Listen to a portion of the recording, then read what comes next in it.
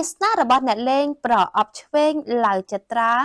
អាចមានឱកាសលេងដណ្ដើមរង្វាន់ធំដែរឬទេព្រោះតែបច្ចុប្បន្នគេកំពុងតែឡើងគីឡូខ្លាំងខ្លាចដូចបងប្រុសរបស់ខ្លួនតើវាសនារបស់អ្នកលេងប្រអប់ឆ្វេងឡៅចត្រាអាចមានឱកាសចូលលេងដណ្ដើមរង្វាន់ធំដែរឬទេព្រោះតែបច្ចុប្បន្នគេកំពុងតែឡើងគីឡូខ្លាំងពិបាកនឹងសម្រកខ្លាចឡើងគីឡូខ្លាំងដូចឡៅចន្ទ្រាបងប្រុសរបស់ខ្លួនដែលគីឡូស្រើតឡើងដល់ជាង70គីឡូទៅហើយនោះស្របពេលដែលកីឡាគុនខ្មែរល្បីនាពេលបច្ចុប្បន្នគេរក្សាបានគីឡូស្មើហើយកំពុងប្រមូលទ្រព្យពីអាជីពឈឺសាច់មួយនេះយ៉ាងសម្បើមតែម្ដងបន្ទាប់ពីទទួលបានការគាំទ្រយ៉ាងច្រើនកកពីហ្វេនគុនខ្មែរប្រមាណជិត10ឆ្នាំមកនេះកីឡាករឡៅចត្រាត្រូវបានគេមើលឃើញថាប្រកួតរៀងធ្លាក់ជើងបន្តិចបន្ទាប់ពីគេរងរបួសជើងហើយឡើងគីឡូខ្លាំងពិបាកសម្រកដែលបច្ចុប្បន្នគេប្រកួតក្នុងប្រភេទទម្ងន់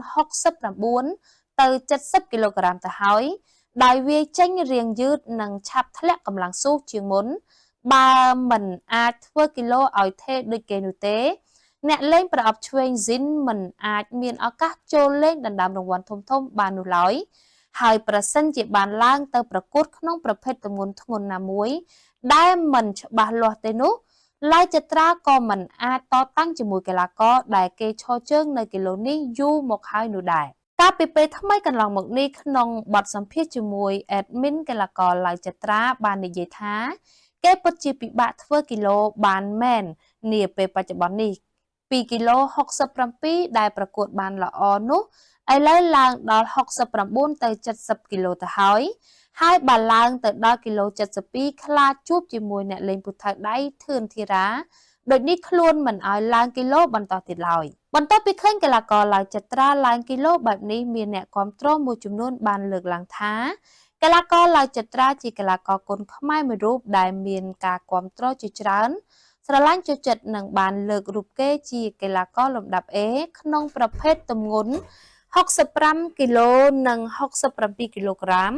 ខណៈបច្ចុប្បន្នរូបគេកំពុងឡើងគីឡូយ៉ាងខ្លាំងរហូតដល់75ទៅ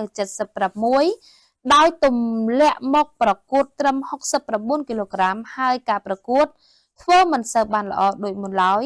បើឡៅចត្រាក៏មិនដោយខ្លួនឲ្យឡើងគីឡូខ្លាំងដូចឡៅចន្ទ្រាបងប្រុសរបស់ខ្លួនហើយខិតខំវឹកហាត់ដូចមុនកីឡាករក្នុងស្រុកតិចណាស់ដែលអាចយកឈ្នះគេបានចំណែកអ្នកខ្លះថាបច្ចុប្បន្ននេះទោះបីឡៅចត្រាគីឡូរៀងឡើងសមត្ថភាពរៀងថយបន្តិចពិតមែនតែការចាប់គូឲ្យចត្រាវាយមិនទាន់ដល់កម្រិតចត្រានៅឡើយទេបើនិយាយពីសមត្ថភាពបច្ចុប្បន្នប្រភេទគីឡូ69ចុះក្រោមនៅខ្មែរដូចជាអត់មានអ្នកណាលើសចត្រាដែរហើយសមត្ថភាពចត្រាបើមិនអាចទម្លាក់ចុះមកវាយត្រឹម65ទៅ67ដូចមុនបានទេគេវាយនៅគីឡូ69ក៏បានដែរតែហាត់ឲ្យបានដិតដល់ខ្ញុំជឿជាក់ថាកីឡាករបរទេសនិងកីឡាករមិត្តរួមជាតិតិចណាស់ដែលអាចយកឈ្នះគេបានចុះបងប្អូនយល់យ៉ាងណាដែរការឡើងគីឡូរបស់កីឡាករឡៅចត្រាប្រកួតមិនសូវបានល្អដោយកាលពីមុននោះសូមចូលរួមខមមិនដោយក្រមសីលធម៌និង share តាមការគួរ